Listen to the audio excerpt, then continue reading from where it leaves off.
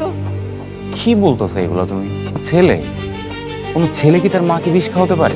আমি তো বিষ খাওয়াতে চেয়েছিলাম ফাতেমাকে। পানির মধ্যে বিষ ছিল, সেটা আপনি কি করে জানলেন? তার মানে আপনি মিশিয়েছিলেন বিষ? আমি কেন বিষ মেশাতে যাবো? আর পানিকে আমি নিয়ে আসছি নাকি? একদম চিন্তা করবেন না। বিষ ক্ষয়ের ওষুধ জানি কবিরাজ, আমি চাইতেছি এমন লইতেছি বিষ খাইছি। তুই আমার মাকে বিষ খাইছিস? না না ভাই, আমি বিষ খাইতে যাবো কে? আমি তো যে গ্লাস সুন্দর করে চকচক করে ধুয়ে আর মিনারেল ওয়াটার নিয়ে আসতো, এই তো জোর করে আমার থেকে পানি নিয়ে গেল। তোর কারণে যদি আমার মায়ের কিছু হয়, আমি কিন্তু তোকে ছাড়বো না। তুই আমার মাকে বিষ খাইছিস? গোলাম আপনার মাকে বিষ খাওয়ায়নি, বিষ খাইয়েছেন আপনি।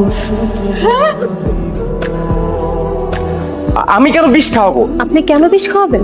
যখন কিনা গোলাম আমাকে পানি খাওয়াতে নিয়ে আসলো, গ্লাসটা আমি হাতে নিলাম, তখন আপনি কোথায় ছিলেন? আর যখনই আম্মা এই গ্লাসটা নিয়ে পানি খেতেন, তখনই আপনি দৌড়ে ছুটে এসে গ্লাসটা ফেলেন। আমি তখন না মা, আমি তোমাকে কেন বিষ খাওয়াবো মা? মনি চাচা, মাকে ধরেন হসপিটাল নিতো। ভাই বিশ্বাস করেন, আমি পানিতে বিষ টিষ মিশাই নাই। বিশ্বাস আমি জানি তুমি বিষ মিশাওনি, ওই রিশাদ মিশিয়েছে। সাদ ভাই পানিতে বিষ মিশাতে যাবো কেন? এত জানতো যে এই পানিটা আমি আপনার লেগে আনছি। সম্পত্তির জন্য।